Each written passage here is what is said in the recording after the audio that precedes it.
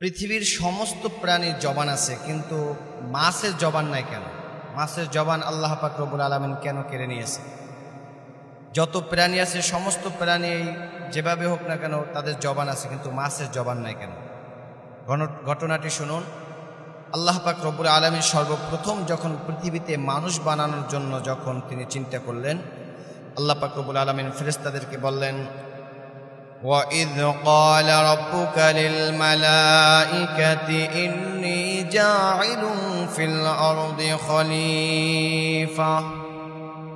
আল্লাহ ফেরেশতাদেরকে বললেন, ফেরেশতা, পৃথিবীতে আমি একটা খলিফা নিযুক্ত করতে চাই, খলিফা বানাতে চাই। তারা পৃথিবীতে আসার পরে আমার গুণগান গাবে, আমার তাসবিহ পড়বে, আমার প্রশংসা করবে। ফেরেশতারা বলেন, নাহনু নুসাব্বিহু বিহামদিকা ওয়া নুকদ্দিসু লাক। আল্লাহ তাআলা, আপনার গুণগান, আপনার প্রশংসা করার জন্য তো আমরাই তো যথেষ্ট। আল্লাহ পাক রব্বুল আলামিন তখন বললেন, ক্বালা ইন্নী আ'লামু মা লা তা'লামুন। ও ফেরেশতারা, আমরা যা জানি তোমরা তা জানো না। ও ফেরেশতারা, আমি যা জানি তুমি তা জানো না। এবারে আল্লাহ পাক রব্বুল আলামিন আদম আলাইহিস সালাতু ওয়াস সালামকে সর্বপ্রথম সৃষ্টি করেছেন। সর্বপ্রথম সৃষ্টি করার পরে আল্লাহ পাক রব্বুল আলামিন সমস্ত ফেরেশতাদেরকে ডাক দিয়ে বলেন, ওয়া ইয কুলনা লিল মালাইকাতি ইসজুদু লিআদম ফাসাজাদু ইল্লা ইবলিস। আল্লাহ সমস্ত ফেরেশতাদেরকে আদমকে সিজদা করার জন্য বলেছেন, কিন্তু ইল্লা ইবলিস, ইবলিস সিজদা করে না। ইবলিসকে জিজ্ঞাসা করা হলো, কেন তুমি আদমকে সিজদা করলে না, কারণটা কি? তখন ইবলিস বলল, আলা আনা খায়রুম মিনহু খালাকতানি মিন নারি ওয়া খালাকতাহু মিন তিন। আল্লাহ তাআলা, আমি হচ্ছি আগুনের তৈরি, আদম হচ্ছে মাটির তৈরি। আগুনের দাম ঊর্ধ্বমুখী আর মাটি থাকে নিচের দিকে, সুতরাং আমি হচ্ছি দামি। আমি কেন আদমকে সিজদা করব? বরঞ্চ আদম আমাকে সিজদা করবে। আল্লাহ পাক রব্বুল আলামিন ইবলিস আদমকে সিজদা না করার কারণে সারা জীবনের জন্য তাকে গোমরাহ করে দিল, জাহান্নামে বানায় দিল। এবার ইবলিস আল্লাহ পাক রব্বুল আলামিনকে ডাক দেবে, আল্লাহ, আপনি যেহেতু আমাকে গোমরাহ করেছেন, আপনি যখন আমাকে জাহান্নামী বানিয়েছেন, ক্বালা ফাবিমা আগওয়াইতানি লাআকউদান্না লাহুম সিরাতাকাল মুস্তাকিম। আপনার সিরাতাল মুস্তাকিমের পথে যারা থাকবে, সিরাতাল মুস্তাকিমের পথে যারা অটল থাকবে, তাদেরকে গোমরাহ করব, জাহান্নামী বানাবো। ক্বালা ফাবিইজ্জাতিকা লাউগওয়ান্নাহুম আজমাইন।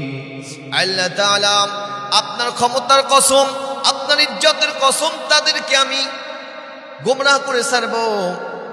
আল্লাহ পাক রব্বুল আলামিন বলেন, ক্বালা, আমার যারা মুখলিস বান্দা, নেককার বান্দা, মুমিন বান্দা যারা, তাদেরকে তুই গোমরাহ করতে পারবি না। এবার ইবলিস জান্নাত থেকে চলে আসছে। জান্নাত থেকে চলে আসার পরে সমস্ত মানুষদেরকে, এমনকি সমস্ত প্রাণীকে গোমরাহ করার জন্য তিনি এইরকম, ইবলিস এইরকম এলান করতেছে এবং ঘোষণা দিতেছে। সর্বপ্রথম পৃথিবীতে এসে মাছকে সর্বপ্রথম ইবলিস গোমরাহ করছে। কিভাবে গোমরাহ করেছে? সমস্ত মাছদেরকে ডাক দিয়ে বলতেছে, মাছ, পৃথিবীতে যখন মানুষ আসবে, মানুষ আসার পরে তারা তাদের আহার করার জন্য, খাবার মানে তাদের ক্ষুধা নিবারণ করার জন্য তোমাদেরকে জবাই করে জ্যান্ত তারা খেয়ে ফেলবে। এই কথা যখন মাছ জানতে পারলো, মাছ সমস্ত নদী নালা এবং সমুদ্রের সমস্ত মাছকে একত্রিত করা শুরু করেছে। একত্রিত করা যখন শুরু করেছে, আল্লাহ পাক রব্বুল আলামিন তখন মাছের যত জবান ছিল সমস্ত জবান কেড়ে নিয়েছে এবং তারা তখন জলে স্থলে দুই জায়গায় চলাফেরা করতে পারত। কিন্তু আল্লাহ পাক রব্বুল আলামিন এই আল্লাহর হুকুম লঙ্ঘন করার কারণে আল্লাহ তাআলা এই মাছকে স্থলভাগে আর বসবাস করার সুযোগ করে দেন না। মাছ সব সময়, মাছ সর্বদা এখন পানিতে বসবাস করবে। আল্লাহ বলছেন, মাছ যখন তোমরা স্থলভাগে বসবা, ছটফট করতে করতে মারা যাবা।